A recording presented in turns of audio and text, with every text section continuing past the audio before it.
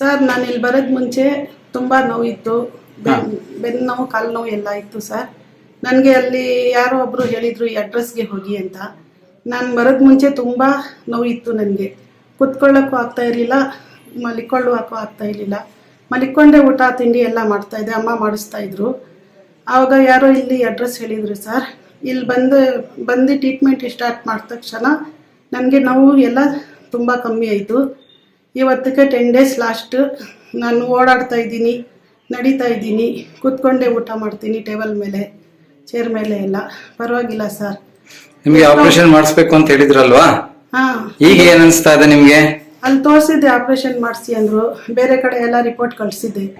ಅವರು ಎಲ್ಲಿ ಕಳಿಸಿದ್ರು ನೀವು ಒಂದು 3 ತಿಂಗಳು ರೆಸ್ಟ್ ಮಾಡ್ಕೊಂಡು ಆಮೇಲೆ ಆಪ್ರೇಷನ್ ಮಾಡಿ ಅಂತಲೇ ಹೇಳಿದರು ಸರ್, ಎಲ್ಲಿ ನೋಡಿದ್ರು. ಈಗ ಇಲ್ಲಿ ಬಂದ್ರಲ್ಲ, ಆವಾಗಲಿಂದ ಆಪ್ರೇಷನ್ ಏನು ಇದಿಲ್ಲ, ನೋವು ಎಲ್ಲ ಕಮ್ಮಿ ಇದೆ ಸರ್. ಯಾರಾದರೂ ಇದ್ರೆ ಈ ಥರ ಬನ್ನಿ, ಈ ಅಡ್ರೆಸ್ಗೆ ಬನ್ನಿ, ತೋರಿಸಿ. ಮೇಡಮ್, ಈ ತರ ನೋವು ಪಡ್ತಿರ್ತಾರಲ್ಲ ಜನಗಳು, ಹಾಂ, ಅವ್ರಿಗೆ ನೀವೇನ್ ಹೇಳಕ್ ಇಷ್ಟಪಡ್ತೀರಾ? ನಾನು ಏನು ಹೇಳೋದು ಇಷ್ಟಪಡೋಣ ಅಂದರೆ, ನನಗೆ ನೋಡಿದ್ರೆ ನನಗೆ ವಾಸಿಯಾಗಿದೆ, ತುಂಬ 100ಗೆ 100% ವಾಸಿಯಾಗಿದೆ. ನೋವು ಏನೂ ಇಲ್ಲ. ಟ್ರೀಟ್ಮೆಂಟ್ ಇಲ್ಲಿ ಚೆನ್ನಾಗಿ ಮಾಡಿಸ್ತಾ ಇದ್ದಾರೆ. ಟ್ರೀಟ್ಮೆಂಟ್ ತುಂಬ ಡಾಕ್ಟ್ರು ಪರವಾಗಿಲ್ಲ.